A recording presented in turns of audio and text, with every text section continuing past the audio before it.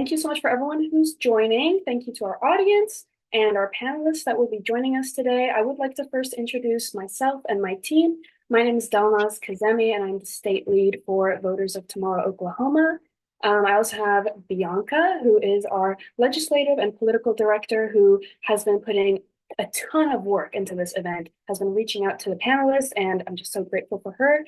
We also have Tiziana, who is our VP, and she has been contacting organizations, getting the word out, and grateful for her as well. We do have one other person who contributed greatly, and her name is Esther. She is not able to join due to her job, but super grateful for her. She's been making posts and just working all throughout the day, even with her busy job.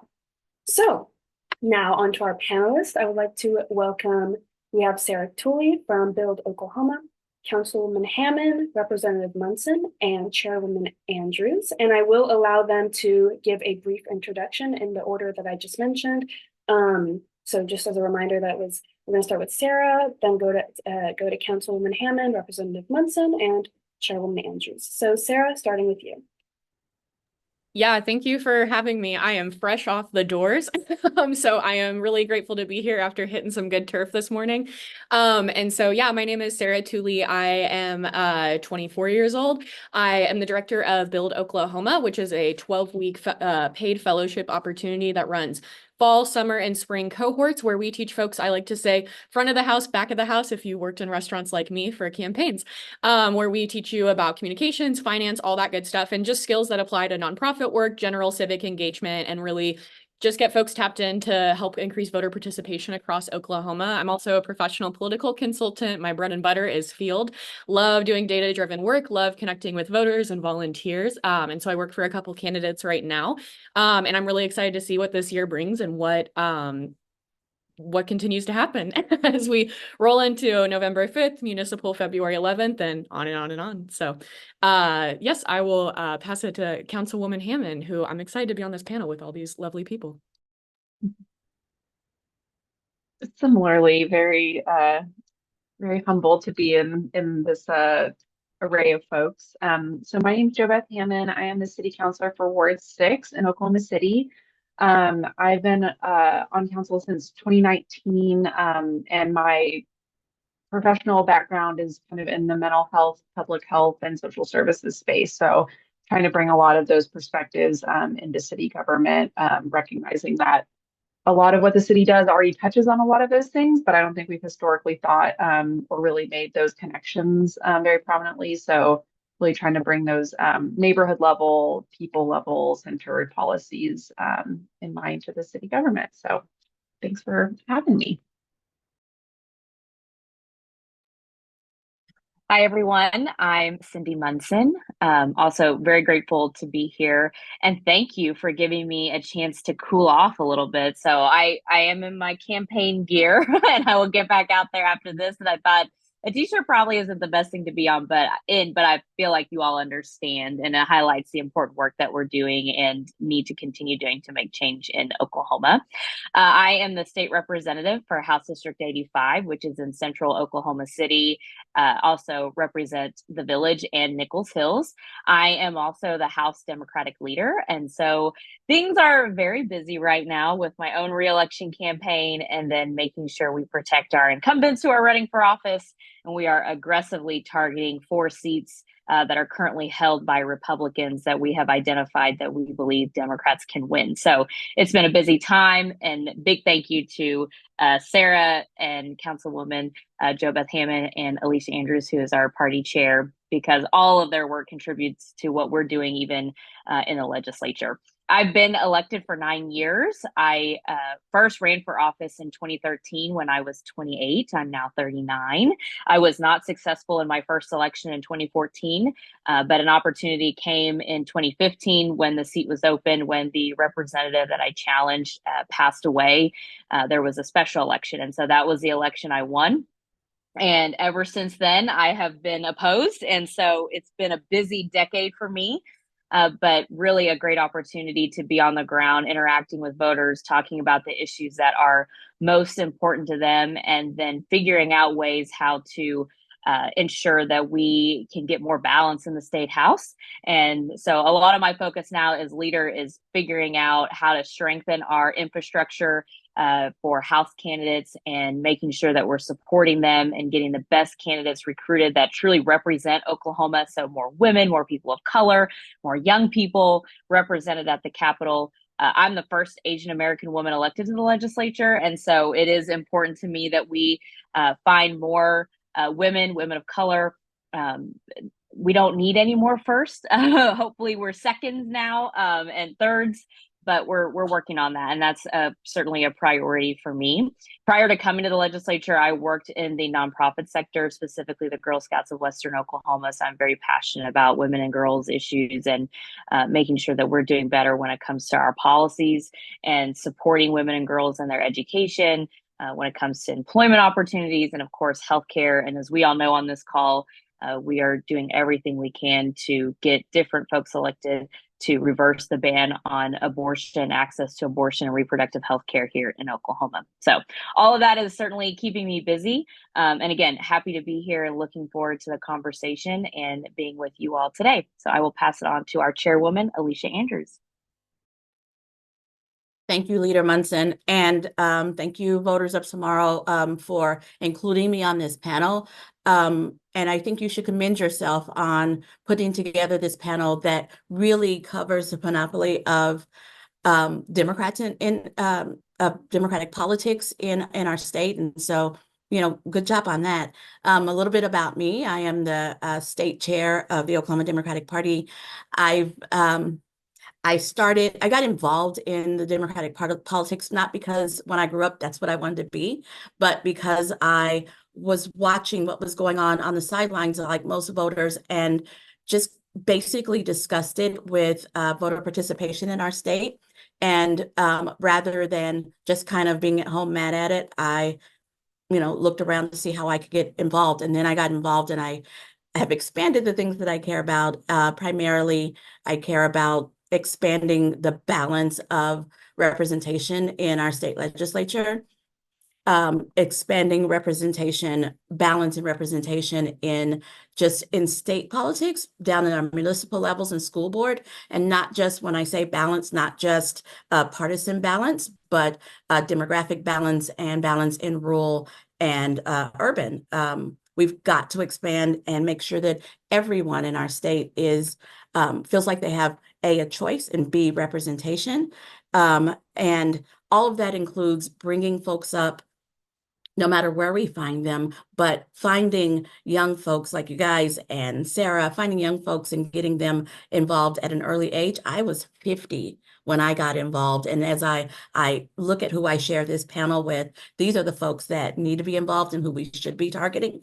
So I am incredibly honored to be included among them, but I'm not gonna go on with my biography because I could go on forever considering my age. But thank you so very much for including me.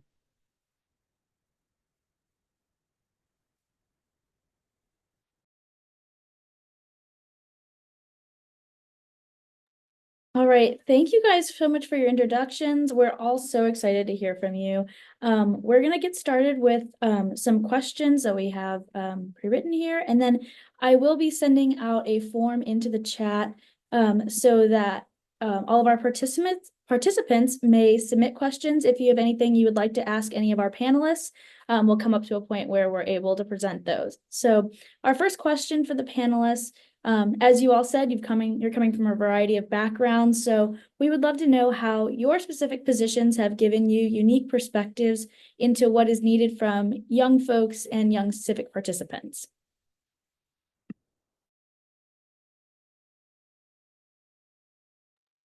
Yeah, and whoever wants to take that can go for it.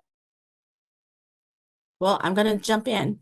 I'm going to jump in again. As I look around, I keep thinking we need to make sure that we are making space for young folks. That's what I keep. When I got elected at the county level, I was, like I said, 50 years old, and I was the youngest person elected in my slate, which in my mind at that time was insane. A 50-year-old should probably not be the youngest anywhere. And so I made it my mission at that point to make sure to make space and find out who the young Democrats were and who the young people in the community who needed to be pulled in were, because we are creating the future. And if people my age and older are always the one creating the future, we're creating the future for us. We're creating a future that looks like us. And so it's important that we involve people from all walks of life, including young people. And so I'm always looking around, trying to figure out how I can make space, find positions for young people. I just think it's important that we include all the voices.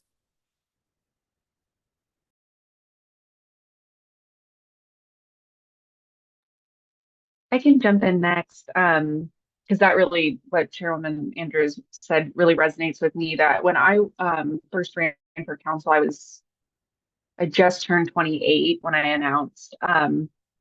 And part of what motivated me to run was that the council historically is like on the older side, as I think we all recognize in a lot of political spaces. Folks just have more time when they're maybe retired, or they don't have young kids anymore. That there's barriers that sort of exist for young people often getting involved, sort of in addition to the kind of like, oh, you're too young, you don't know anything kind of mentality that I think we often run into. And grateful that I think some of that culture has shifted, and it takes folks like Chairwoman Andrews to kind of say that, and put that out there and create those opportunities. But yeah, I found it very interesting that when I went out and knocked doors, I got different reactions to my age, largely people that were much older. Often I would talk to people in their 80s and 90s, and they were so excited to see someone in their 20s running for an office. But then I would talk to people that were closer to my age, or maybe like in their 40s, and often they would be like, you don't know anything, you're too young. So I thought it was a really interesting dynamic, usually, that the folks that had sort of been around longer usually seemed like they appreciated having younger voices, and that recognition that people in their 20s and younger are inheriting a lot of the things that are happening now, and that it's really vital that we be involved and be active in those decision-making spaces. I think too, something that I think about at the city level, and I think that's been an interesting opportunity that I've experienced at the city level, is that we do have every year there's a program that a group runs that's called Youth Council, and it's a leadership civic participation program that the city participates in. And so each council ward has 2 appointed council representatives, and then we have 2 at large. So we get to interact with them as council members throughout the year, and they're usually juniors or seniors in high school. So it's been a really neat opportunity to hear about the things that students in high school are really concerned about. And I find it's usually stuff that resonates quite a lot with me. It's usually stuff around like mental health, young people's access to healthcare. I don't know if I've ever quite heard one of the young people talk about reproductive healthcare, but I see it in them that they sort of see what's happening in the state. And in some conversations that I've gotten to have with at least my the Ward 6 youth counselors, is that they do recognize that disconnect between kind of what happens often in these decision-making spaces and what they see in their day-to-day life, and how there's this gulf between the problems they see around them in their communities, and then often what our elected leaders are doing. And I think at the city level, we do have so many programs and services that touch young people. We have our Parks and Rec centers. A lot of that neighborhood level infrastructure can either be a real support to young people or kind of be a barrier to young people getting to be involved in the community. And so getting to see sort of that, like I said, that connection of what I think I often hear young people are talking about, and being able to sort of say, hey, we need yet more young people in these spaces. And I think youth council is sort of one of those ways that we've done that well at the city, and we have a long way to go, because I think there's still so often, we just sort of, hey, here's a program. Don't you love it? And then young people don't show up. And it's like, why? But we need them to sort of be the ones telling us. So I think that's something that I've really tried to keep an eye out for is like, how can we create those spaces? And I think, again, kind of as the leaders who are in sort of maybe in the middle, because I'm in my mid-30s now, not being so far from that experience, being able to sort of look back and say, how are we making space for people in their 20s to, be appointed to city boards and commissions or, be involved in different sort of input and community engagement opportunities has been encouraging that I do see so many younger people looking for those opportunities. And often it is just, I think, take folks in some of our spaces, just like Chairwoman said, like actually make those opportunities and keep an eye out for those folks so that we can kind of make the table bigger, if you will. So, yeah.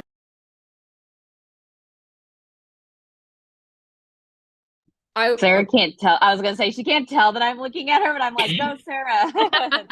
As someone who works a lot and has graduated about 45, 50 participants from Build Oklahoma that range from fresh out of high school to fresh out of college, really. And, folks working as paraprofessionals in our Oklahoma City public schools and everywhere in between.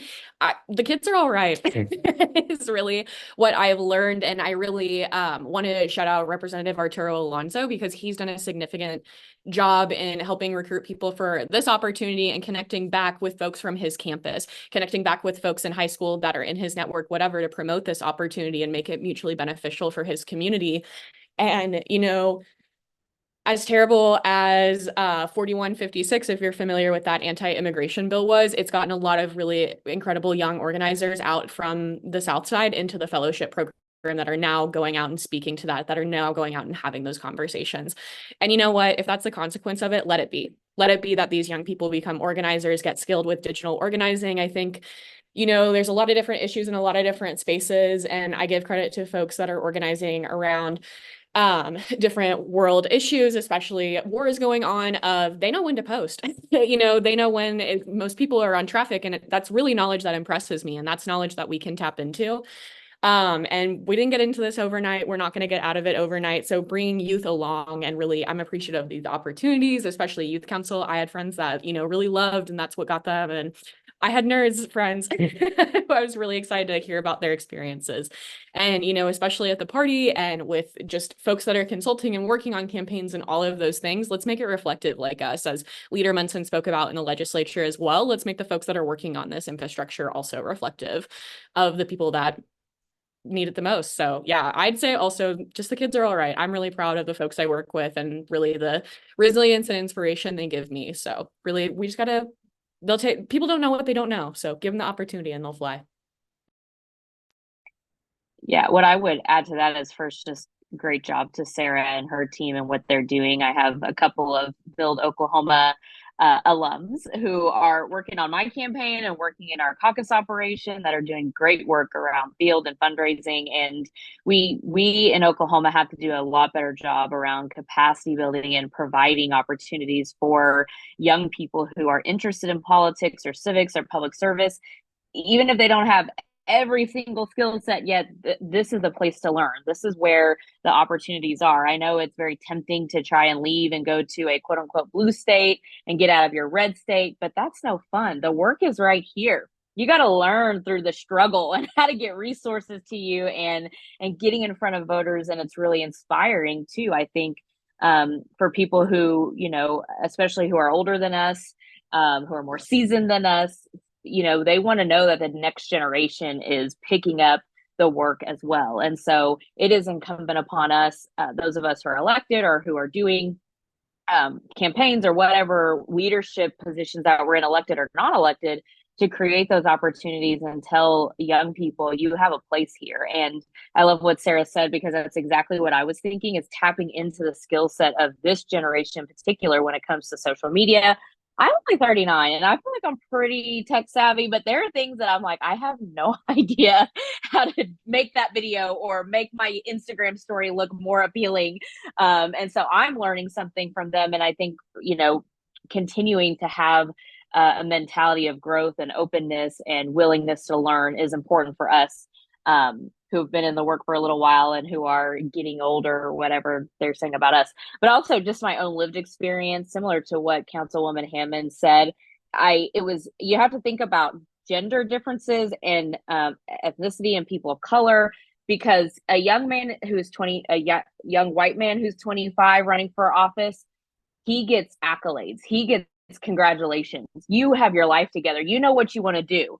And I think about myself when I was 28, the first time I was out knocking doors, the questions I got were, don't you want to have a family? Are you married? Don't you want to, have children? And I would have people grab my hand and look for a ring on my finger, asking me really intrusive questions about having children. And the amount of times I was reminded that I was a woman, I've never been reminded so many times in my life until I started running for office in that first race, is really interesting. And then I noticed a shift when I turned 30, and when I would tell voters, oh, I'm 30, it was like, oh, okay, they trusted me a little bit more. Now that I'm getting a little bit closer to 40, I feel like the trust is increasing. And I think partly too, because I've been doing this for a while. And so that helps. But even in my leadership position, I will tell you, and it's really hard to say this out loud, but it is the truth. The pushback I get the most are from women in their mid to late 50s. They question me. They don't believe what I have to say. They will even take what I have to say and go to a younger man and ask what he thinks. And then he'll say what I said, and then he's believed, and it's all truth and wonderful. And it's fascinating. I try not to let that get me down. I understand the challenges that are ahead of me just because of who I am. And it's unfortunate that even in our own party, even in progressive politics, those challenges are still there. I think it's our job, and my job, to just continue doing the work and showing up for the people that I'm leading, to show that it's possible. And it's really for those of you on this call, I think too, just hearing real life experiences of what we've had to go through. When I was on various leadership opportunities where I got to hear from people who were elected, they were, older, they had access to money, they had wealth, their families had been involved in politics. I remember telling Sally's List when they recruited me to run, on my bio, you're not going to be able to put third, fourth, or fifth generation Oklahoman, because that's not who I am. We're here because my dad was in the military. My mom's from Korea. I don't even know, are people going to trust that I'm a real Oklahoman because I wasn't born here, even though I was raised here my entire life? And those things start to get in your head that make you question if you are worthy enough to run, if you have the ability to run, which is really quite silly. But those were real barriers in my mind.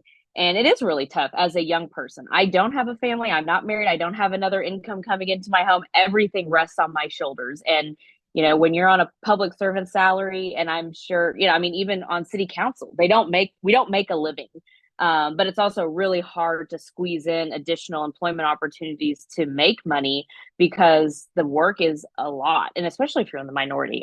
For those of us in the minority caucus, we have a lot more on our shoulders because of the nature of the numbers. We just don't have enough members. So we carry more than what the majority does when it comes to legislation and reading through things and holding them accountable. And so I think it's important to be really, really honest about those challenges. I never wanted to deter people from running for office or thinking about getting involved, but I think it's important to know, what is it that we're all carrying, and then seeing people do it so that you can be inspired and motivated to do it too. So it's my responsibility to keep moving forward and keep making space for those like you all to be in the work.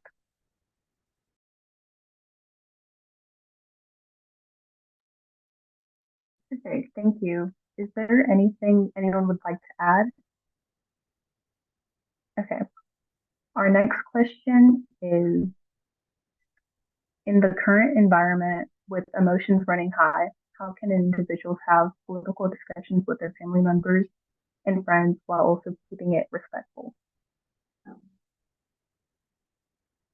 And then anyone can start. I'm going to jump in first again.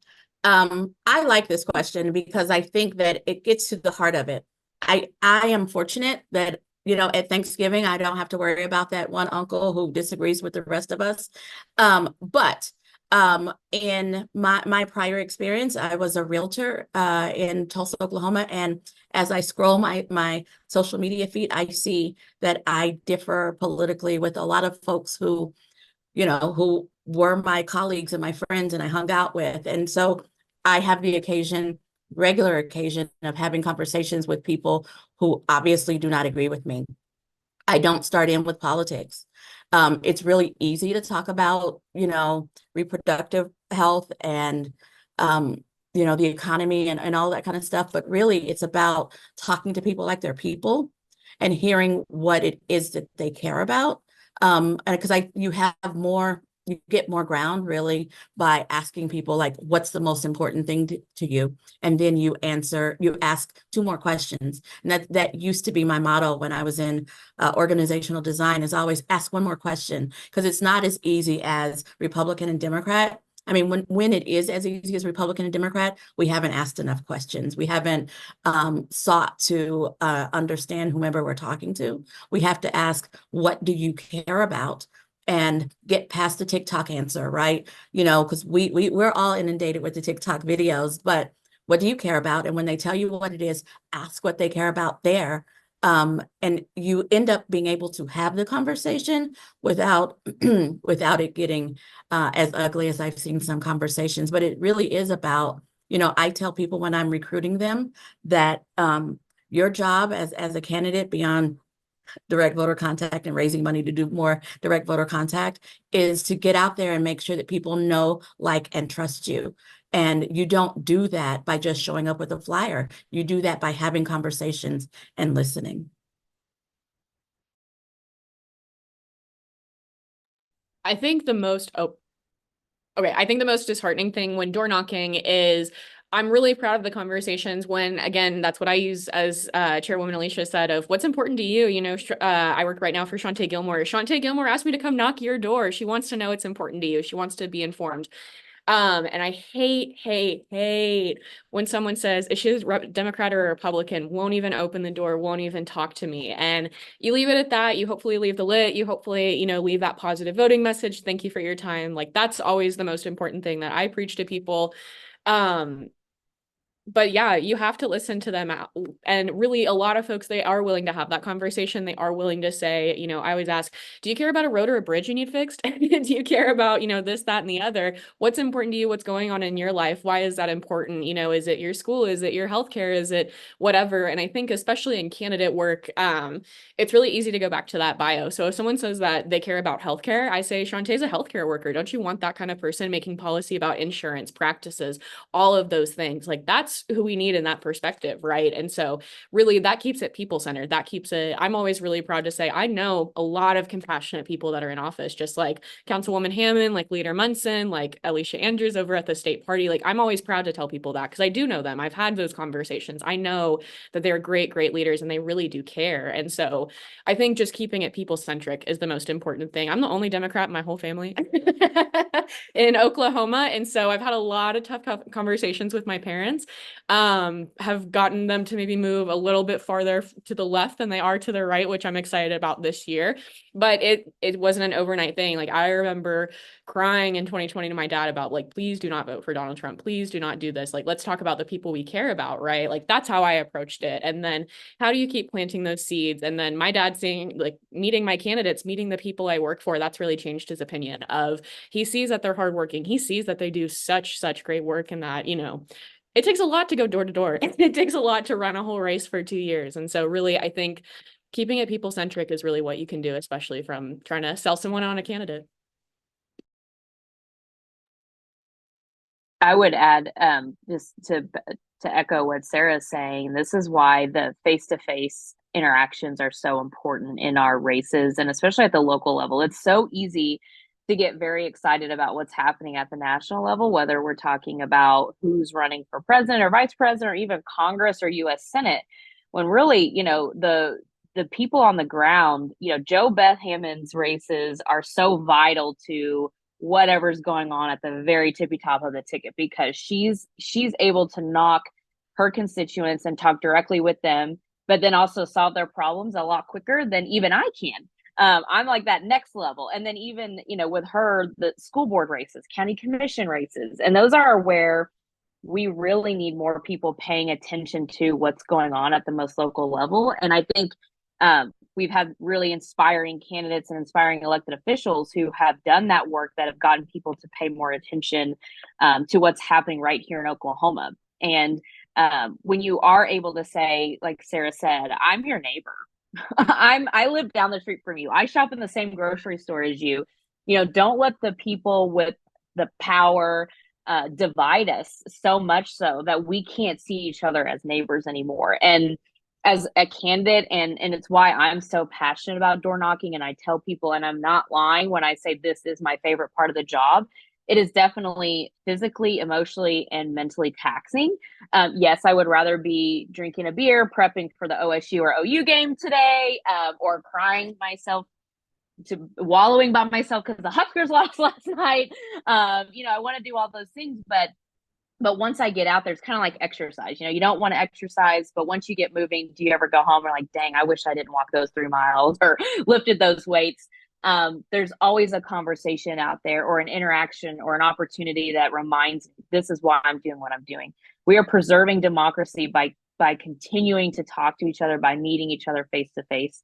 And like Sarah said, when people are breaking their back to see if I'm a Democrat or Republican before they see what my first name is, that is so disheartening. But if I can keep that door open for 5 more seconds to say, what is it that you care about? I also do not start off by saying, I care about this, this, and this. First, it makes me incredibly uncomfortable because that's not how I would start a conversation with anybody. I ask, what are the issues most important to you? What are you thinking about today? What did you complain about today? Because I can link that back to what's happening at the state capitol or what's happening in local government. And quite frankly, like Sarah, my sister and I are the only Democrats in our family. I feel like all of the practice has been with my dad, who continues to vote for Donald Trump, unfortunately. And it's really hard to reconcile because my dad raised my sister and I on his own. He's the most loving father. He supports me. He votes for me. He has always been there for me. He's a hard worker. He does not come from money, education, none of that. And so what Donald Trump represents does not represent my dad or my family or how he raised me and my sister and our values. But I listen to him. He listens to me. I have to remind myself he is my dad first, even before he's a man, because he's still a man and says things that I'm like, what are you talking about? And that's how I treat my constituents. The person in front of me is a mother, a father, a grandmother, an aunt, an uncle, someone who cares about what's going on in our community. We just happen to have these differences, but how can I look them in the eye and hold the conversation respectfully enough, even as they're saying things that are pretty vile sometimes, to show an example that there's a different way. And I then have to take that to the Capitol. People always ask, how do you keep it together? I don't have the patience you have. I'm sure JoBeth hears this too. And I'm like, sometimes I don't have the patience. If you look at the videos, you'll see me pounding on the desk or throwing my hands up, and I'm making comments on the side. But I do try to remember they're a human being. These are their beliefs. And so where can I find a way to find common ground? But that takes a lot of work and effort. And so we just have to stay committed to that. And it's always worth it in the end, whether I get that person's vote or support or not. Seeing each other as human beings is I think the best goal we can accomplish as we work through what we're living through right now. Everything y'all said resonates with me. I think the only thing I'll add that I think it's taken a little while for me to put words to this, but because I also, yes, I tend to have wear my heart on my sleeve. I have no poker face. And so but I recognize that, especially if I'm talking to family members, or especially, knocking doors, and is to put in perspective how much power the person has. Because I think my initial reaction is I want to be you're wrong about that, and that doesn't make any sense. But recognizing that, when I'm having a conversation with someone, their scope of power and influence is such that it is maybe their, and not to say that each of us, our agency and power is not really impactful, because it is within our own circles, but they aren't the ones doing the press conferences, demonizing, immigrants, or, that they're actually at the whims of some of those narratives, that sometimes if you can also help them sort of see the humanity in their neighbors, it kind of maybe starts to peel some of that back. And so the asking questions, listening, but also, and I think for me, and maybe if anyone else kind of tends to have like a bit of a hotter temper sort of reaction, sort of putting that into perspective of like, maybe saving that ire for, the folks that are putting those messages out there, who have the access to those, to the megaphone that kind of continues those narratives. Maybe letting that sort of be where to place some of that energy, but the person in front of you really is also just trying to get through the day. They have their own experiences, and they maybe haven't had access to the same information or relationships. And so trying to kind of peel back some of that by, like was said, like asking questions, trying to put that person first, and just kind of putting into perspective what you're trying to accomplish in that moment. And so much of it is that connection, is saying that this isn't the end of a conversation, it's the start of one. Because especially if you do end up being elected or have some kind of ongoing relationship with that person through any kind of family or neighborly ties, that those opportunities to kind of continue that and continue to bring your own perspective and get to share your own experiences, to sort of say like, well, I've not, maybe we're listening to different news sources, but I've never seen that happen in my, like in my public school sort of thing. Those opportunities will continue to come up, and it's trying to keep those channels of communication and relationship open over time, so that you can hopefully chip away at some of the more like damaging narratives that they've maybe subscribed to. Thank you so much for all of your wonderful answers. I am personally learning so much, and I'm sure everybody else is as well. I just want to remind the audience that there is a link in the chat where you can enter your own questions that we can answer, assuming we have time for all of them. We will drop it in a few more times, the link, in case anyone joins late. We did have one come in before, a question in advance that Bianca will be presenting right here. Yeah, all right. So one of the questions that we received ahead of the event was, as we all know, we've seen a recent spike in support for book bans and other free speech related issues from both citizens and from government officials. What can we do to help protect the rights of our friends and neighbors?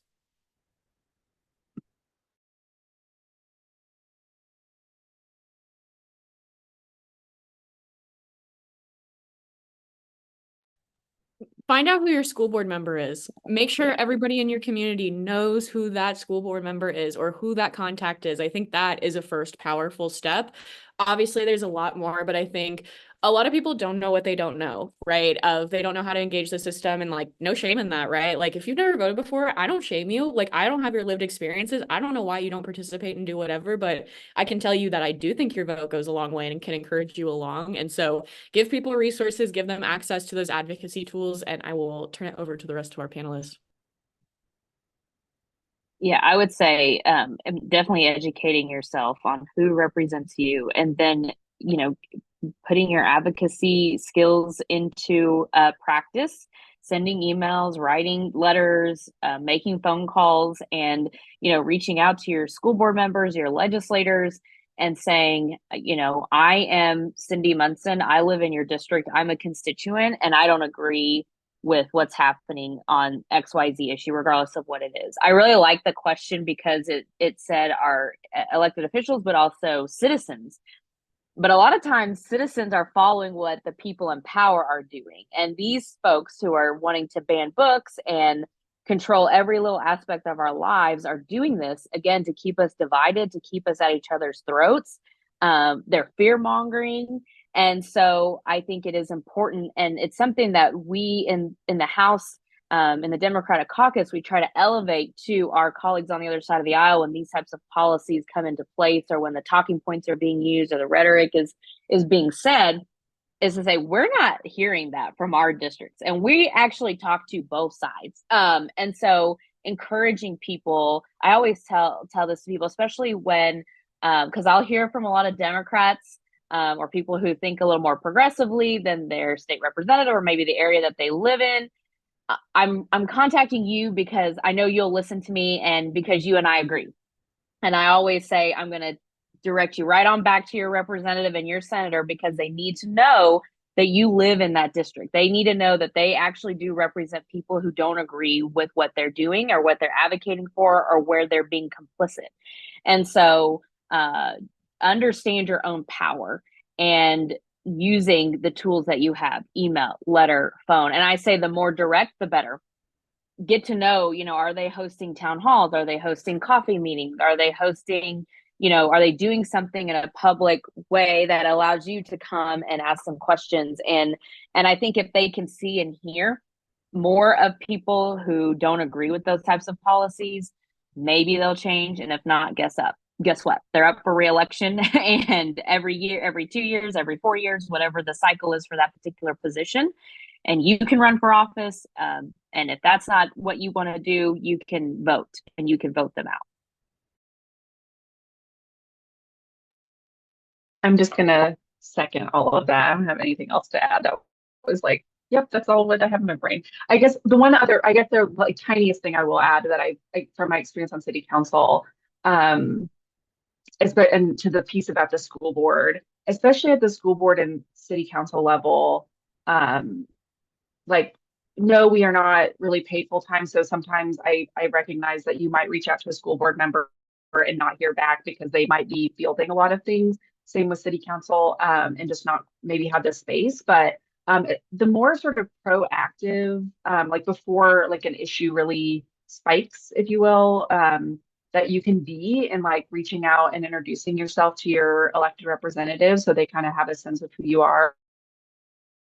And even like, again, at that local level, maybe even at the state level, depending on how many commitments and busy they are, but like invite them to like your school or your, like function or just out to coffee and opportunity again to like sort of get to know them in sort of a different context outside of the like, either I'm asking you to do or not do something, or again, sort of that like something really maybe heightened is happening. And kind of like Leader Munson said, like, going to those public events that they might hold, kind of that sort of kind of going back to that, like, I can see you as outside of this one issue or this one conversation, kind of creates a lot of, I think, groundwork, because I've had that with some constituents who have reached out to me to just like go get coffee. And they might not have a specific issue they're advocating for. They just kind of want to like let me know what's going on in their neighborhood. And, as I have time, I try to take advantage of those, because it also, I think for me, again, and I think to Leader Munson's point, if your elected representative is kind of working to be connected to their constituents, kind of regardless of what kind of where they're coming from, I get to learn a lot from those people and from their perspectives. And so then it also just creates, again, that kind of relationship where I can like kind of put them in my little Rolodex of like, oh, I know they really care about this issue and something's coming to council. So I think, again, especially when it comes to things like book bans and some of those, like school board obviously is very important, but kind of to that larger point that Leader Munson was making, just having that direct engagement, kind of, again, when things are really like happening, maybe popping off, but then again, kind of between in the interim times. And then again, if they don't answer your phone calls or never email you back or keep doing those same decisions, you have the opportunity to select new representatives. I'm just going to jump in and echo what Leader Munson and Councilor Hamon says. I am always telling people to advocate, right? Be polite, call the representatives, talk to their legislator, be polite, because people are less likely to listen if you're just yelling.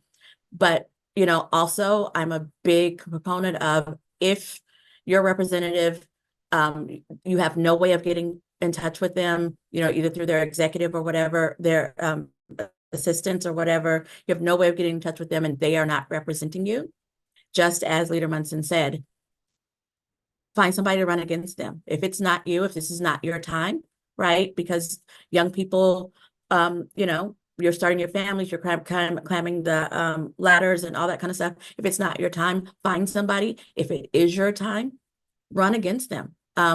Because even if you're not successful in your run, says someone who recently lost the race, you make them think about it and you make them have to work and answer the question. And I think that's the most important thing is so many politicians go unchallenged in Oklahoma. And when they're unchallenged, they feel like it's a mandate that what they're doing is right and that everybody is happy with them. Running against them makes them have to answer for their unpopular positions. It makes them have to work for it. And if, like I said, if you're not the person to run, find someone to run. Nothing makes you think about your positions and reaffirm your positions than knowing that people are questioning you and maybe not happy. Fantastic answers. Thank you, guys. That's really great stuff. We really appreciate all of your fantastic answers.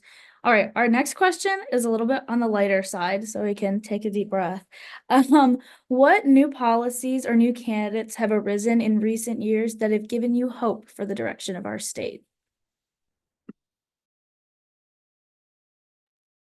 I'll go first. I'm inspired by all of our candidates who are running right now, but I wanted to highlight, and Sarah spoke about him earlier, but I am continually inspired by Representative Arturo Alonso Sandoval, who is he's a bright light in the legislature in that politics was not something he was thinking about. Poor guy got recruited by us to run in a special election, and he was on his way, I think, to go work for Samsung, I believe. I think he had a contract ready to go. He's a mechanical engineer, studied mechanical engineering in at OU, and is probably one of the smartest people I am around daily. And I'm just so grateful that he made the decision to be in public service, because he, in just less than 2 years, like Sarah said, the amount of work he's done to inspire young people, especially on the south side of Oklahoma City, young Hispanic and Latina and Latino members of his community, young and old, to get involved and to give them the tools necessary. He's inspiring other people to run for office. He is just always willing to learn, and he is nationally recognized. I am on the board of directors for the Democratic Legislative Campaign Committee, so I travel and meet with a lot of other Democratic leaders and organizations, and they always bring him up, and it makes me so happy to be the leader of the caucus that he's in, and continue to advocate for him, and see that he is placed in positions that are so vital to, the decisions that we're making as a state. But for young people to see him, someone, again, who was not thinking about this, he was well on his way to a great career, which I think he's building a great career here too. But I always say, what can we do to make Arturo happy? Because he could be making so much more money and doing all these things, and we want to make sure he stays in Oklahoma and continues to inspire people. And he inspires me regularly, and it also just kind of like takes me back to when I was first elected, and just, he is so curious about so much, and people gravitate towards him. And I really love watching him do what he's doing. And so, on the elected side, he is who I've been really most inspired by recently in the last couple of years here in Oklahoma. I'll jump in too with yeah, he was, when I saw these questions earlier, I wrote down a few people and he was on my list. But I think that really speaks to like the important, like when people say representation matters, it is like that sense of being able to see yourself both kind of like across whatever kind of identities you kind of inhabit, but then also kind of what are those things that you're bringing to the table as far as like life experience, issues of concern. And so one of the other people and sort of policy areas that I wrote down was the work that Representative Maury Turner had been doing to bring forward like decriminalizing HIV. Like that's such a particular area that like I wouldn't even know that those laws existed before they had brought those, written those bills to kind of remove that language and change some of that language in the law. So I think that really speaks to how important having younger people with really different identities and experiences, brings those. And even I know, like with some of our Representative Alonzo's bills, they're like around things like AI and like interim studies that he's doing, that I'm just like, yeah, like his experience and background in engineering and sort of the sciences, along with, again, the being able to, for people to see themselves in some of these younger people who've been elected. I think, yeah, it just like really speaks to the importance of, and I think kind of going beyond just sort of like, oh, it's nice to see ourselves, which I think is very hugely impactful. But kind of what conversations are those folks being able to drive and highlight that would never have been highlighted, kind of unless that someone like them, someone in their shoes and experiences had been getting involved. So yeah, and then I'll just, one other person I'll speak to is on the school board level, Jessica Cifuentes here in Oklahoma City is also someone who like, and because on the school board, you're really not paid at all. I think you get like $20 a meeting or something like that. So she still is pursuing education career, but she had just graduated in the last few years from Emory University, was moving back to Oklahoma, and got recruited to run for school board. And again, kind of that both being so close to her own experiences with, secondary education, and not so long ago, sort of in Oklahoma City, but then also, again, her experiences as a young Latino woman, being able to now be on a school board representing a school district that is like a majority Hispanic, majority Spanish speaking families, is bringing those experiences that she had and her families have had into those rooms where decisions are being made that impact her community in a way that is not the same as if, even someone like myself who's like, I care about these communities. I don't have those experiences and those identities to sort of say, this is actually why, and these are, here's my story. So yeah, all three of those folks have been inspiring me the last few years. So I couldn't narrow mine down to a person. I wanted to narrow mine down to an idea, and that idea is in perseverance. So I have the joy and the pleasure of being involved in politics at all levels and all over the state. And so I get a bird's eye view into a whole lot of different things. And my big idea, my concept is perseverance.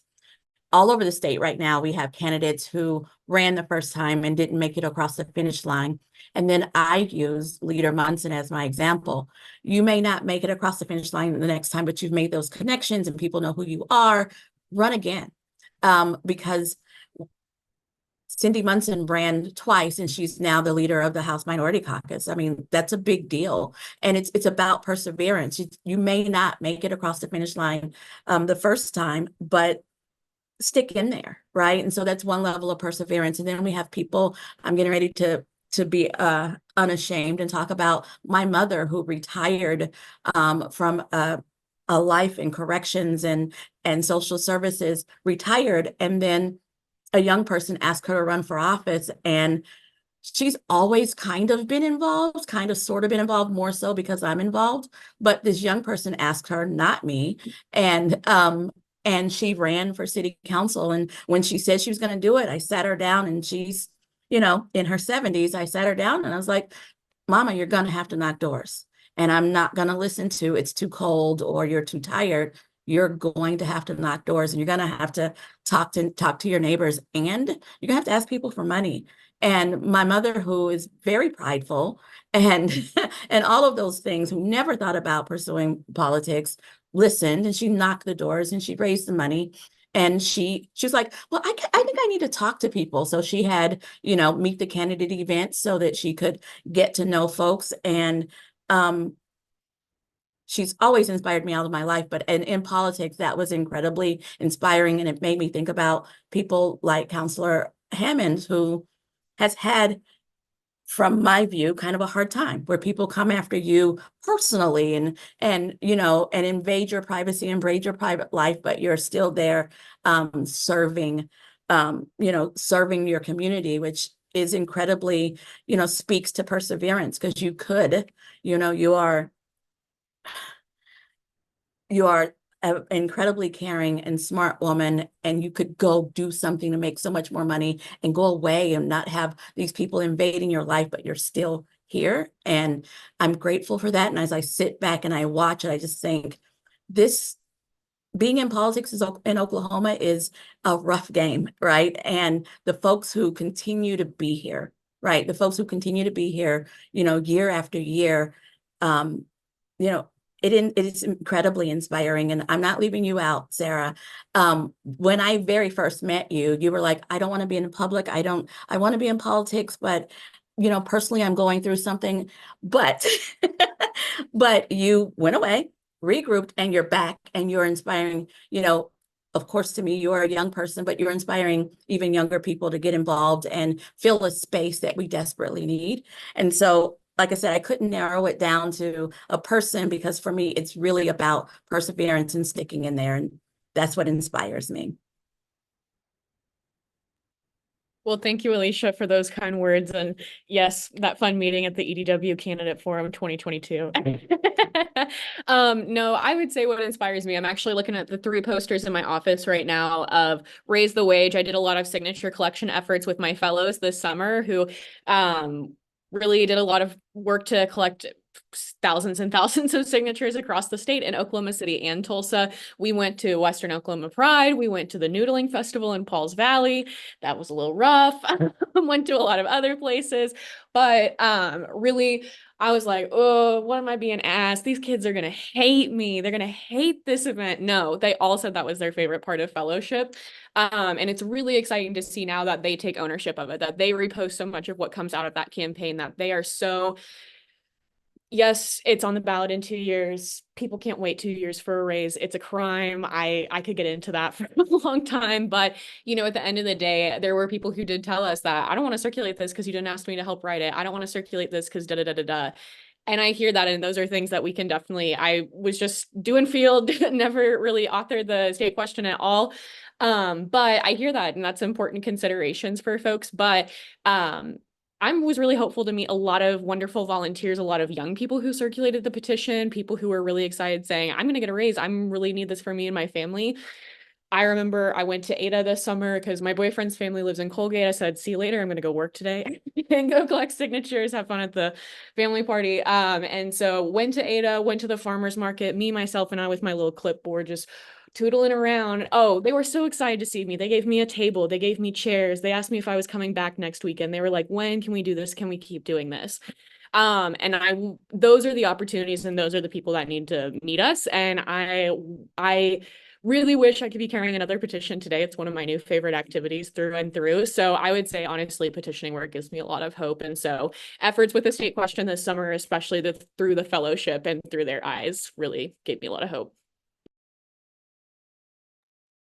Thank you so much once again for all of your incredible answers. My next question is going to be a specific scenario referring to voting, like registering those who vote, especially when you're maybe door knocking. So anybody who door knocks can think about this, especially the panelists here today. How do you approach a situation where you door knock, say it's a young person or old, whatever age, and they don't really have any idea about politics, they don't know who their reps are, they don't really follow anything, but you want to encourage them to get registered and vote, but there's not maybe that much time to get them, fully educated or fully involved. How do you go about that?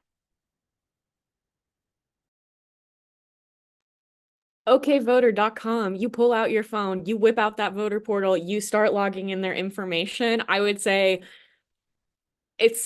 it's positive peer pressure in that way. I've helped my friends change their voter registration over the phone. I've helped them do all those things of walking them through. Oftentimes I do have friends who are like, I'm going to register as an independent. Are you upset with me?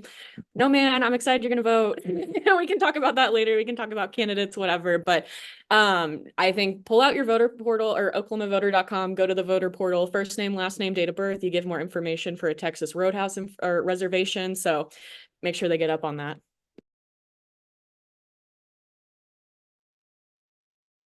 I'm all about the OK Voter portal as well, but mine comes back to what do you care about? You know, because I encounter a lot of people, and some people just come to me, I think, to noodle me about voting because they don't want to. But for me, what do you care about? You know, like as Leader Munson said when she asked people, what did you complain about today? That's what I ask people. What are you mad about? Why aren't you voting? Because usually people who say they're not going to vote are mad about a thing. And so what are you mad about? And then I explain to them how that goes all the way back to the ballot box, right? You can change that if you vote. It's that way because of the people who do vote while you're not voting.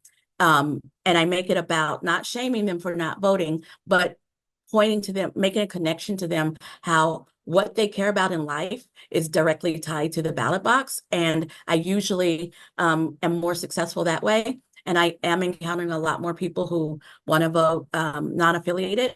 I don't want to call it independent because people think that that's a party and it's not.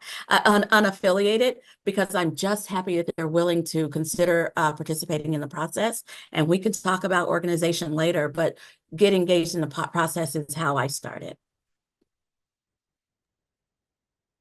Yeah, I think definitely like demystifying it, because I think for some people it is that sense of like, and it is, and I think someone said this earlier, sort of like just people don't know how things work, and it when you don't know something, seems so overwhelming. It seems like, well, I don't, so just yeah, being able to pull something up and get the process started, and I think being able to say, maybe if you don't feel comfortable, starting at president, like, yeah, let's look at when is your next school board race? When is the next city council race?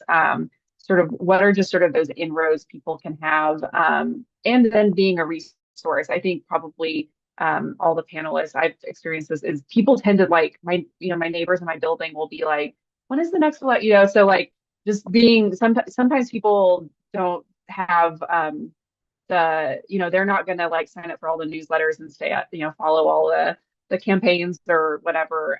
So just kind of being open to being that resource, so that people can kind of come back to you, is also something that I've noticed and sort of tried to encourage, is like, you don't have to know everything. I'm not going to necessarily tell you like how to vote, but I'm happy to like point you in the direction of information when you need it. Because I want people to be participating and engaged. They definitely have covered it all. And I think, the only thing I would add, and what I try to tell people, is, we each all have our own sphere of influence. Obviously, those of us that are elected or are in certain positions, like it's probably just a little bit wider because of the work that we do. But I mean, in college, I annoyed the crap out of my friends about asking them if they were registered to vote. My roommate, my freshman year roommate, who is a good friend from high school, and she still talks about this to this day. She's like, you always left newspapers on my bed thinking I was going to read them. And I would circle articles or headlines that I thought she would be interested in.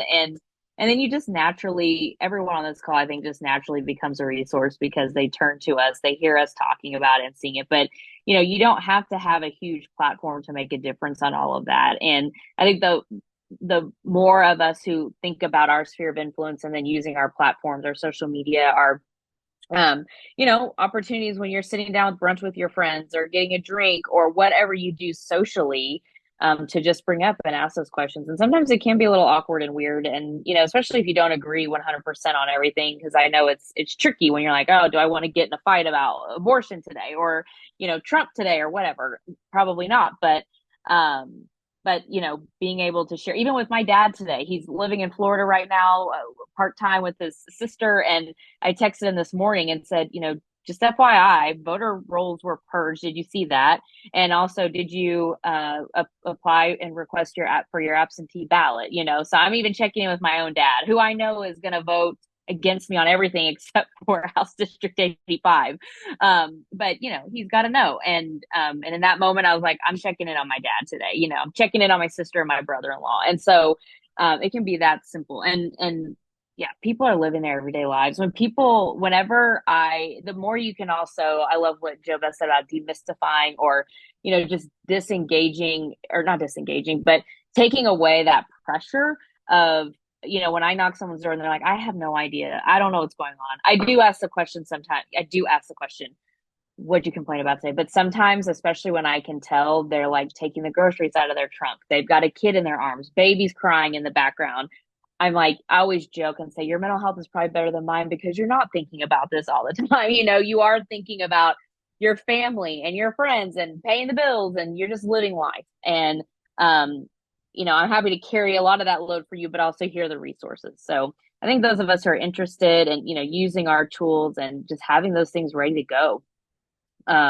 There are tools out there, even Oklahoma specific, like the OK Voter Portal, that so many people do not realize is out there. But you can get your sample ballot, your polling location, double check your voter registration. You can update your voter registration online, even though you still have to mail it in because we're still archaic in that area.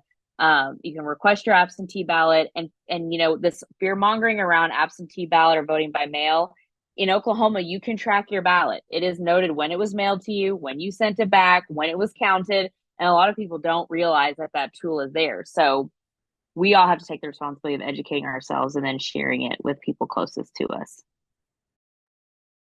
Thank you so much for sharing. And Representative Munson, when you said everyone can be a resource, I really liked that because I remember it was a few years back. It was the first time that one of my friends called me to ask about the upcoming elections, and I just stopped what I was doing and I was like, I can't believe I was the first person they thought of to call. I had no idea that someone would trust me to explain that to them, but it's a great feeling, and I'm sure lots of people on this call can relate. It's incredible. I am now going to turn to Bianca so she can present a couple audience questions. So Bianca, if you'd like to go ahead with those. Yeah, absolutely. Okay, so we've got two more audience questions that we're going to present. So the first one, I think this one would be a great one to toss over to Chairwoman Andrews, but honestly, anybody could probably answer it pretty well. One of our attendees asked if there is any effort to push for early voting deadline extension, making the early voting deadline, or I'm sorry, early voting dates earlier. And this person who stated that they are currently retired would like to know how someone like them can help. So last year and the year before, I worked with Senator-elect Goodwin when she was on the House side on crafting some legislation specifically targeted at this issue. Because like I said, for me, voter participation is my number one issue. And what happened is that they extended some voter rights and protections, and then they took some away. And so we're still working on it. We're still trying to refine the states that have, so Oklahoma has the worst voter participation in the nation. And the states that have the highest voter participation have wonderful things like same-day registration, everybody gets a mail-in ballot, you know, you don't have to ask for it and those kind of things. And so I keep tapping different legislators, you know, because in the House, they only get 8 bills. And so I keep trying to figure out one who has an extra that they can talk to me about, because I do and am working with legislators to try to expand our voter rights. Right now, we have to get over the hump of number 45, who is in himself trying to scare people from absentee ballots. And that has now come home, where I live in Tulsa, and 3 candidates who lost their races in August all came and challenged the absentee ballot process. So they're laying the groundwork to scare people about it. And so right now we have to get over that hump, and that's what my focus is. But as long as I am involved in politics, and it'll probably be forever, elected or not, I'm going to be fighting for expanding voter participation, expanding the franchise, and retired folks. I don't know if we're talking about Mr. Potts there, but retired folks have my number. Join me in this fight. Right now, I am not pursuing anything specific, and the party is pursuing anything specific, because right now our focus is on the candidates who are on the doors and trying to get those candidates across the line. But it is a thing that stays top of mind for me, specifically in the party writ large. I would add to the bills that Alicia was talking about. There have been efforts by numerous members to also, increase the amount of days for early voting. And I actually think, and I would have to go back and check this, and if you all want to follow up with me so you can send to everybody here, there was a change. I think there is one extra day on presidential elections, and this was something, that Representative Melody Bland said, and then Representative John Eccles. There was a bipartisan effort to add an additional day for elections like the presidential that historically brings out more people to vote. But I will say, part of what keeps us from extending the amount of days that we have for early voting is the lack of funding we provide for the state election board and county election boards. And so, the effort that goes into, and it's why on Saturday before the election day, it's cut off at 2 p.m. and then there's no early voting on Sunday and no early voting on Monday, because of the amount of work it takes to prep everything for election day. And so we've got to do better when it comes to paying our election staff, and so we can recruit more people to do that work. So it always comes back to funding and where we're investing our dollars. And then also, I have for many years I have filed legislation for permanent absentee ballot, and with even some to appease some of my more conservative colleagues who maybe are not in favor of this, saying that if you haven't voted by absentee in 2 years in a row or a certain amount of months or election cycles, then you would be removed from the absentee ballot list. But if you're like, I vote by absentee, I certainly love going to the polls. I love getting my sticker. I love seeing the poll workers and all of that. But it is a lot easier for me. And I've been such a huge advocate on absentee voting, because when I was in college, my first time to vote in the presidential race, I drove back home to Lawton, and I got a flat tire on my way home. I barely made it in line to vote in time. And it was because I was not educated on absentee ballot voting. And so now that I am, that's what I do. And it's what I try to work on to improve. So there have been efforts, and unfortunately, the majority party continues to not allow us to have the bills heard, or they vote them down, et cetera. But just know, like Chairwoman Andrews said, there are efforts, and we always try to find ways, especially just because of the nature of the politics that we're in at the Capitol, trying to navigate and find ways to increase access to voting by providing more opportunity or increasing the days and times. Because as you are seeing in the news, there are states that are already voting for the presidential right now. All right, thank you guys so much for that. I think that's providing a lot of information that I certainly didn't know about, especially that effort to extend voting opportunities. So thank you very much. Another audience submitted question that we have is, and this is a great one for everybody as well. Have you had mentors in your career, and what advice / guidance have they given you that you have found most valuable in your career?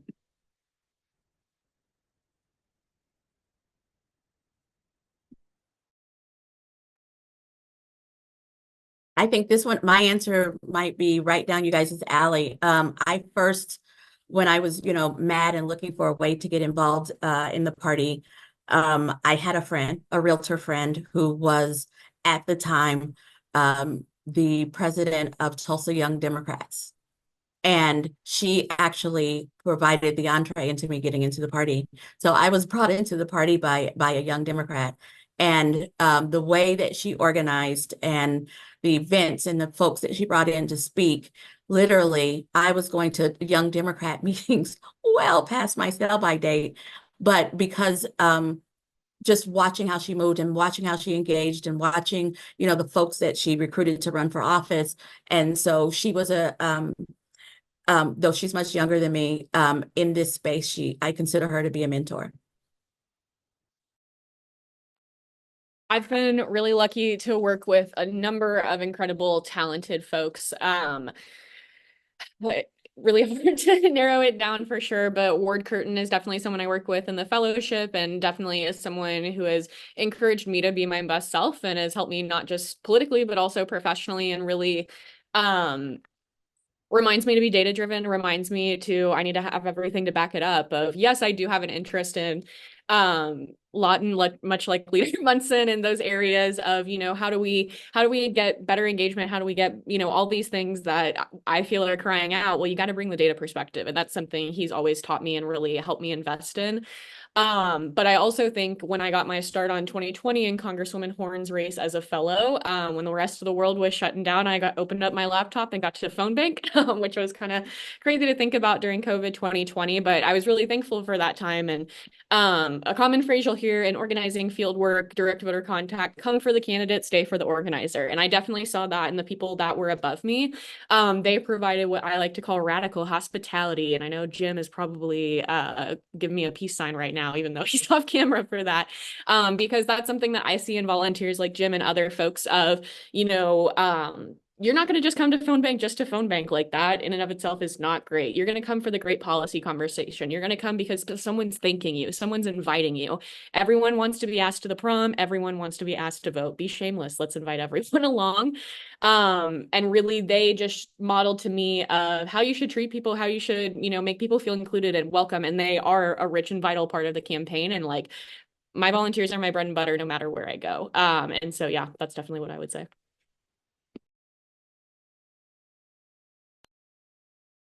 So the first person that came to mind is, she's a colleague, but I've really seen her as a mentor. I don't know if she would put herself in that category, but Councilwoman Nikki Nice, who's my seatmate on council for like 2 more months. I'm sad to lose her to the Senate, but excited for her.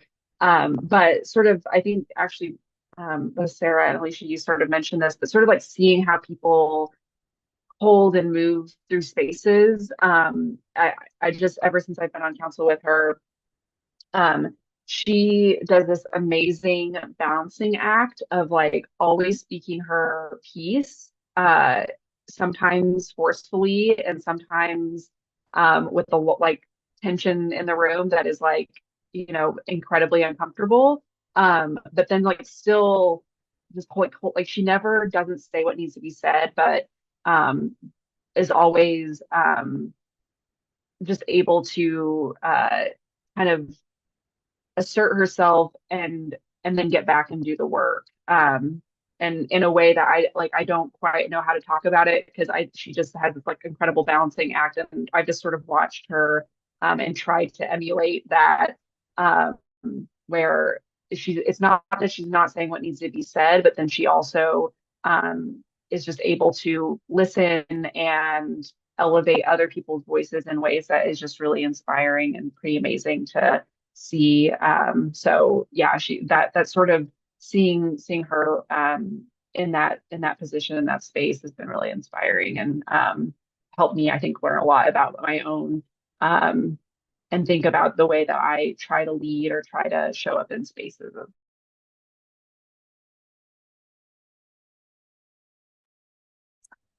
Yeah, this is a tough one. I think for me, probably, gosh,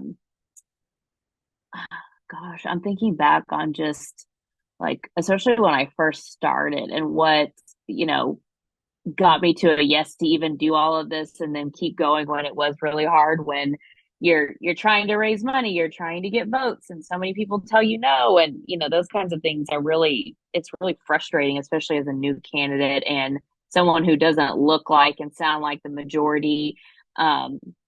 In fact, I guess two women who unfortunately are no longer with us. One is Claudia Griffith. She was probably the number one person in the caucus especially when I was running in the special election, because she had lost the Senate race and then she won a House race and she flipped a seat from red to blue. She beat a Republican.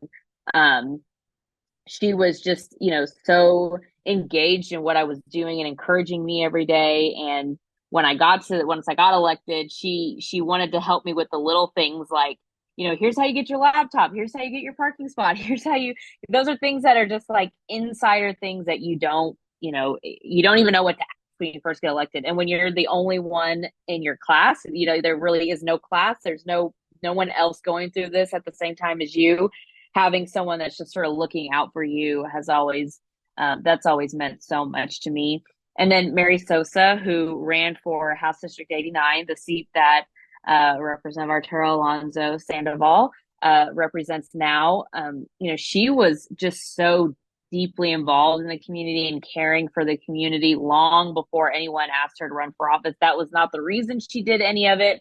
I even think back on after she lost her primary, and it was a really tough loss because she would have been such a great representative for that community and being a voice for so many who have gone unheard. I think like the next week she went and she was a volunteer with the Red Cross and was I think it was the Red Cross in conjunction with the fire department and was checking fire alarms in people's homes, so she was just like, not even a week later, she was out there doing the thing that she'd always been doing.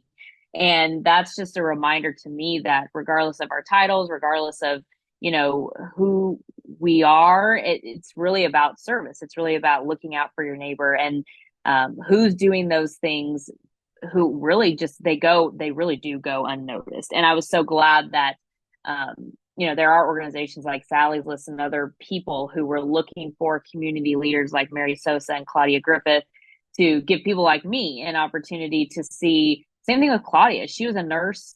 She was one of the first responders at the Murrah bombing. And that's something she always carried with her in her work as a legislator.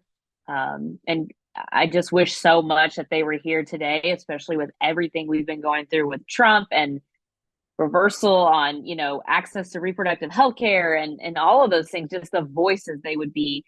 And so those two for sure. And they were not, people said no to them.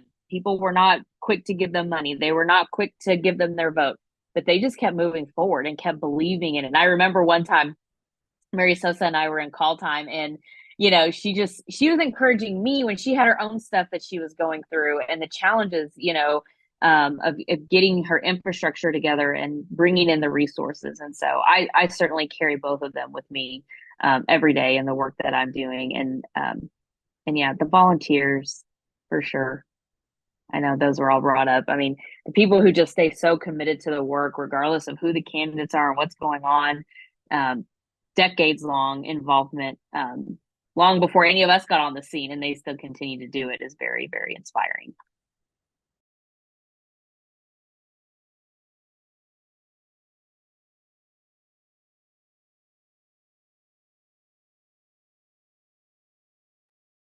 I am not sure if Tiziana is frozen, but she has the next question, so I'm going to give it just a second to see. There we go. Okay, so this question before.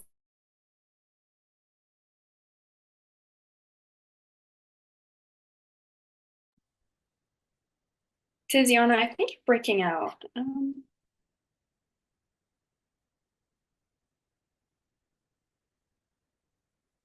Can everybody hear Tiziana? No? Why don't we try muting and unmuting?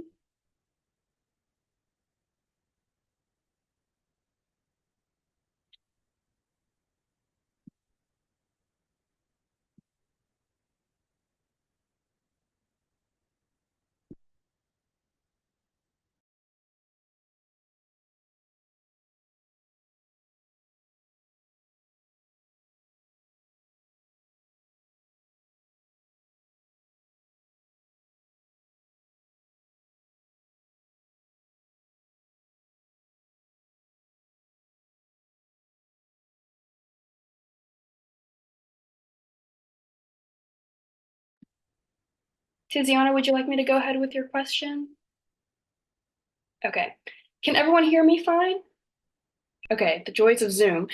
So this question is by Tiziana, and it is tailored to her experience. So I did want her to ask it, but unfortunately, technical issues. So she said she's a senior in high school currently, and she's planning on pursuing a career in politics. So she's been looking for ways to get involved, although she's not yet eligible to vote. And she's wondering, for those like her who are interested in seeking a career in politics, what do you recommend, or which skills do you recommend they should gain, and what experiences would give them those skills?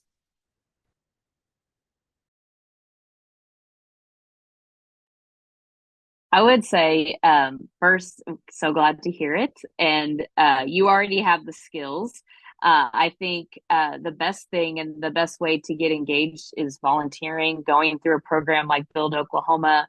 I always tell young people, get on the ground and knock doors and do, because, and we sort of talked about this earlier about like social media and some of the like things like that are certainly helpful and are moving campaigns forward and things like that. But really, the best place to learn is, walk alongside a candidate, knocking doors, help with their field, get on the phone and talk to people in the community. I think that gives you a much better idea of what the actual work is, in terms of representing people and listening to your community. I'm so grateful I had that opportunity in high school. It was for my mom's friend who was running for state representative, and she was a Republican, but I didn't care. I mean, I just wanted to learn. I wanted to help my friend's mom. She didn't end up winning. Anyway, but and then in college, I worked on a campaign in my hometown in Lawton, and I learned so much. It's why I know door knocking works, because my candidate would not get out there and knock the doors, and she didn't win either. But I think you just learn so much on the ground. And so the more you can volunteer, the more you can engage in all sorts of different types of campaigns, legislature, city council, school board. It's a great way to learn. And you already have the skills, since you already have the interest. That's so wonderful. I think just getting on the ground and hearing from people will go a really long way. Yeah, I'm shameless about my program. I plugged it in the comments section. Thank you, Leader Munson. I'll tell a little bit more about Build Oklahoma and some of the skills you can learn. So we go through, like I said, front of the house, back of the house, if you came up through restaurants like me. But really, we start with a deep dive orientation into Oklahoma political history. But you didn't know there was more card-carrying socialist here than anywhere else in 1903. Crazy stuff. But how state questions are woven into the fabric of our state history, how the choice and all of that citizen participation is really critical, how Democrats held on to power for so long, what happened to that, where we got through in the 90s and how we got to where we are today, and how there's compassionate people like Leader Munson holding it down on the state legislative floor, how there's wonderful people like Councilwoman JoBeth Hamon, who I'm always proud to cheer on from live stream City Council Zoom or through OKC-SPAN tweets. But anyways, we do that deep dive, really give you that context that you may not have learned in your Oklahoma political or Oklahoma history classroom, take you through field, direct voter contact skills, finance. I love our communication simulations where we do press conferences, where we have you design social media stuff. And then at the end of it, of course, you do phone banking along the way. But we do what's called Campaign Cup, where we give you, and you break up into teams with your fellow cohort members. We give you a fake candidate, a fake opponent, but a real House or Senate district. So we've done Senate District 21 in Stillwater, House District 79 in Tulsa, House District 83 in Oklahoma City. So really races that are competitive that we're looking to flip. And so you have to write the scripts, you have to build the budget, you have to do the whole presentation. And that does seem scary and does seem like a lot, but really shows people that they have the skills that they need, that they really are able to run campaigns, be that person, make those choices. Because what kind of campaign do you want to see? Take partisanship out of it. Do you want someone knocking your door? Do you want someone that is asking you about what matters to you? Do you want someone that's responsive on social media? Do you want someone that is really engaged? So really, Build Oklahoma is an opportunity to help folks get connected in that way, think through some of those choices and network, and hopefully get placed on a campaign in the near future. But I'm always happy to talk to folks one-on-one and get connected and talk about opportunities in the ecosystem.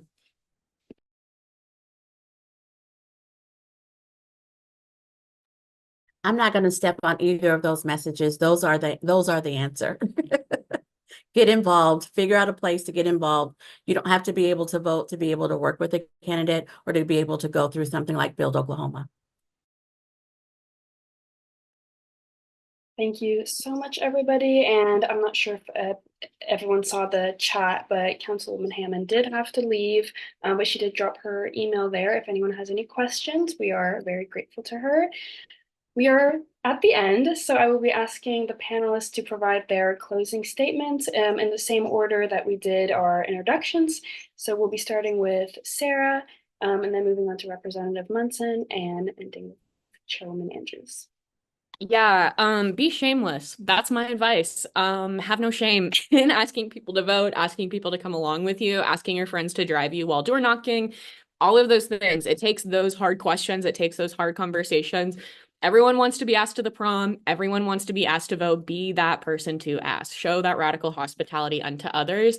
okvoter.com. Make sure folks know what that information is. I was really surprised when my aunt and uncle in Woodbine, really rural Iowa, they're 2 of 8 Democrats in their entire county. And they said, okay, we see what you do. We want to look into our school board, our state representative. Like, how do we find those districts? It is not available anywhere online in the state of Iowa. They have to go to their county election board to find that out. That's pretty crazy. So we really do have a lot of asset in the Oklahoma voter portal. And so make sure we keep funding that and doing that good thing. And just, it's like 911 education. Folks didn't know how to use that until people talked about it and told them and what that was. So be that person, be that educator in your family. Like I said, I'm always happy to be a resource, happy to be a phone call or a text away. So thank you so much to Voters of Tomorrow for this wonderful panel. And yeah, I'll pass it along. I would say first, thank you for having us.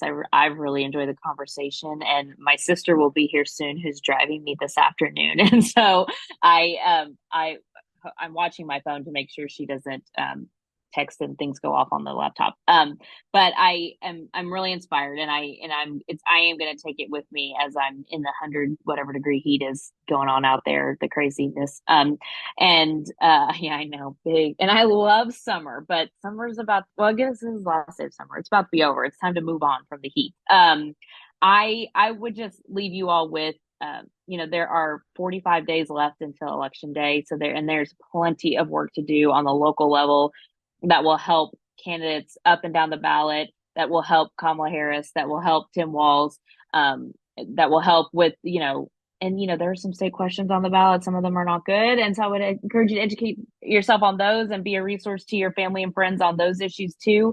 But also just to encourage you, beyond November 5th, there are going to be other elections, like Sarah mentioned, special elections that will be happening, municipal elections that will be happening. Things are shifting and changing every day. And so there's always an opportunity. And even if there's not an active campaign, though I would say there's always an active campaign because we're always prepping for the next election, talk to your friends, get involved with the party on checking voter registration. There's a lot of conversation about that with the recent announcement by the governor and his announcing how many people have been removed from Oklahoma's voter rolls, and just talking to friends and neighbors and family members about what's going on and what the issues are. And so I would just challenge you all to, figure out a time that you can volunteer to knock some doors, to make phone calls, to write postcards. There is plenty for everybody and all skill sets and all of what you're available to do.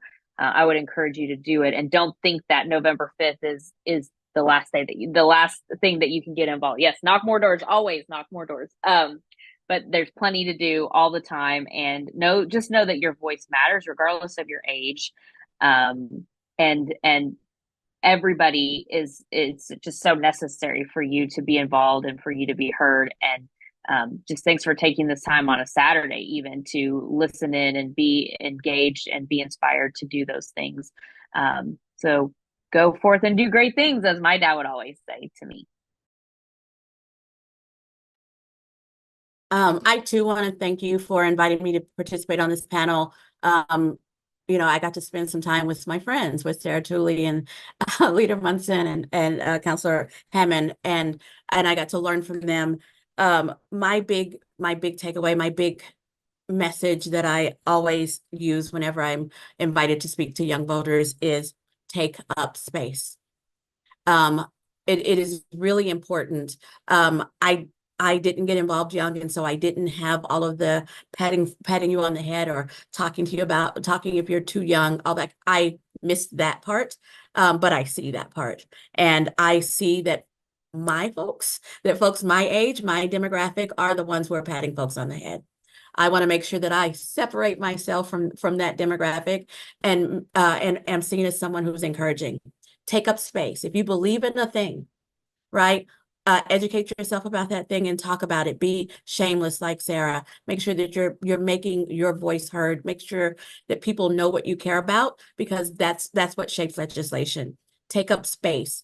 Run for office. Don't let someone tell you, as long as you meet the statute limitations, run for office.